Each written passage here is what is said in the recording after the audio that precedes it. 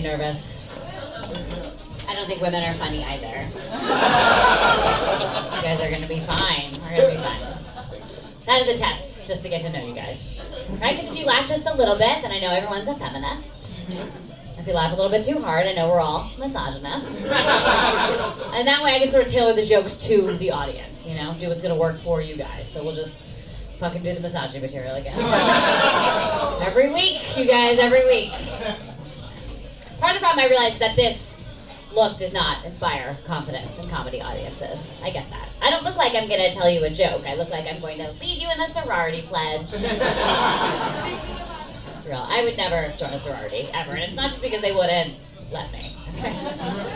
Also that, a little bit. The closest I ever came to a sorority was the Girl Scouts, actually.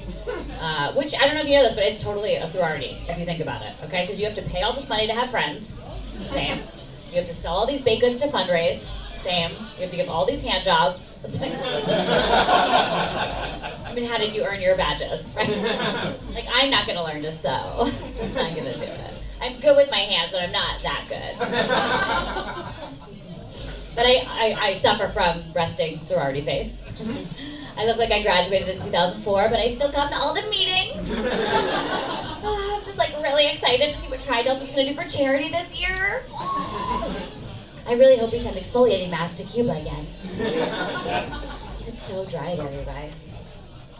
They're like, oh God, is she serious?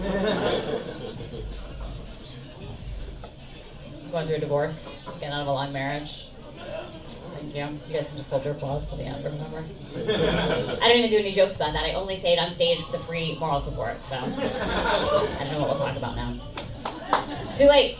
My ex would tell you that we ended it because I have an ego problem.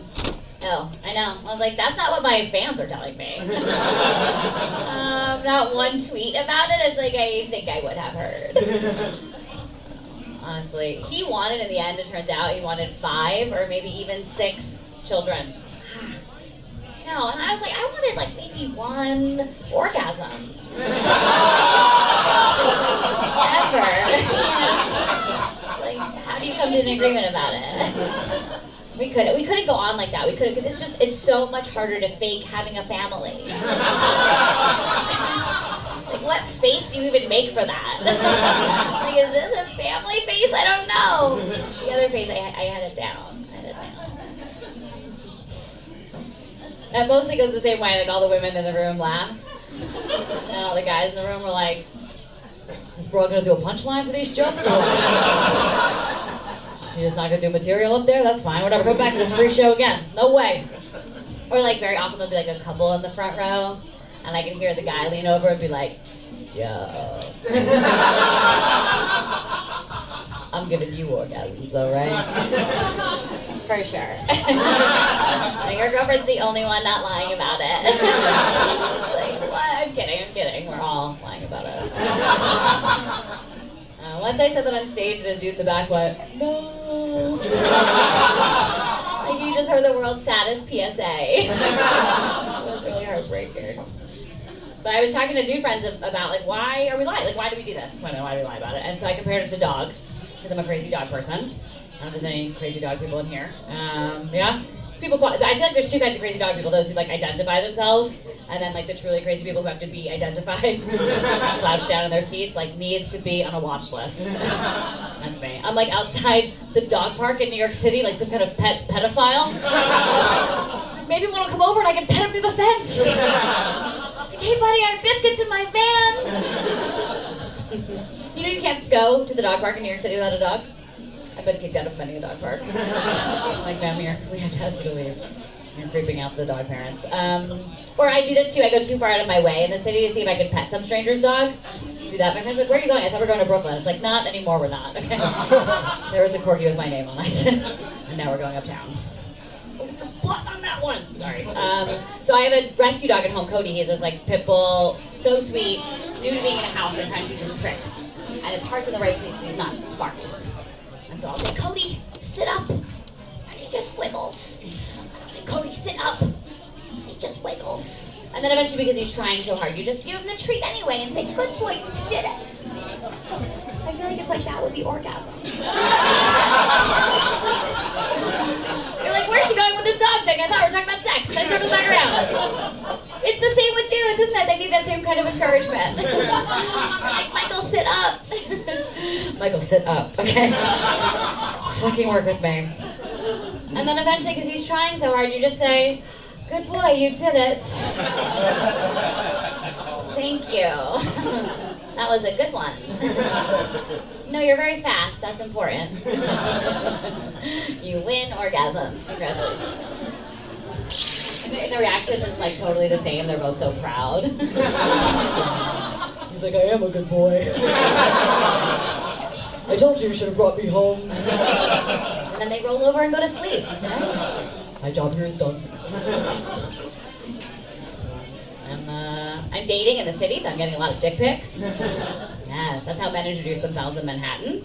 This is Paul, and here is his penis. Nice to meet you both. I've done the research, though. It doesn't matter where you're from in the world. They are sending dick pics there. Is anyone from outside the U.S.? Yeah? Where are you guys from in the back?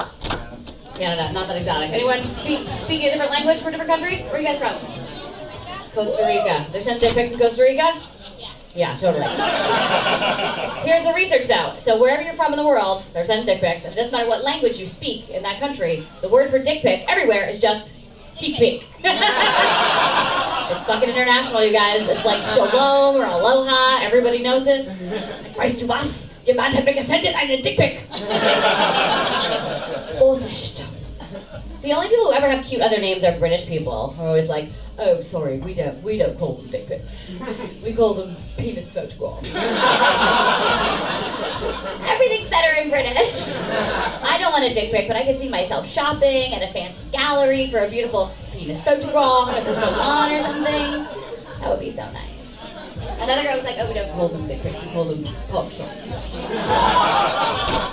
Cockshots is one of my favorite ones. Doesn't cockshots sound like a bougie art exhibit at the Whitney that your stupid friends are talking about over brunch? Have you seen Cockshot? It was amazing. You have to go. It changed my life. It was $35,000 to get in, but it was totally worth it. Just go. Just do it. Just ask your dad. Like a little window into my social life. Don't send dicks to people. If you're a man in a gay relationship, I think that's the one except. Right? Because men are visual, and they appreciate that sort of thing. That's why it works. Women, it's like, ugh. Even if I love you, and I love what your dick does for me in real life, I don't want a fucking photograph of it. like, ladies, can you imagine a future moment where you might find yourself going back to your phone to find your favorite one? Sweetie, thank you. I love this one. I look at it every time I miss you. So something fun I do now, someone sends me a dick pic, and then I send him back a picture of another, bigger dick. I have a Tuesday on my phone if you want to see me after the show. Sure. It's like a burrito. It's not normal. It's so serious. Most guys get that that's my way of saying don't call me again. One guy did think it was my dick. Yeah, it was fun. I know. It was really weird. I was like, why would my dick be black? It's like, it would obviously be that big, but it wouldn't be black. You guys are cool. My mom is coming to the show tomorrow, so I can't do any of this material. I don't know what we'll talk about. She has so many rules when she comes to the shows. I can't curse. I can't talk about sex. And we had to whisper the word sex in my house growing up because we were raised Catholic. And if you whisper it, Jesus can't hear you. Thanks, guys. My name is Edward Shooter. It's been my time. Get over your host, Catherine Henson.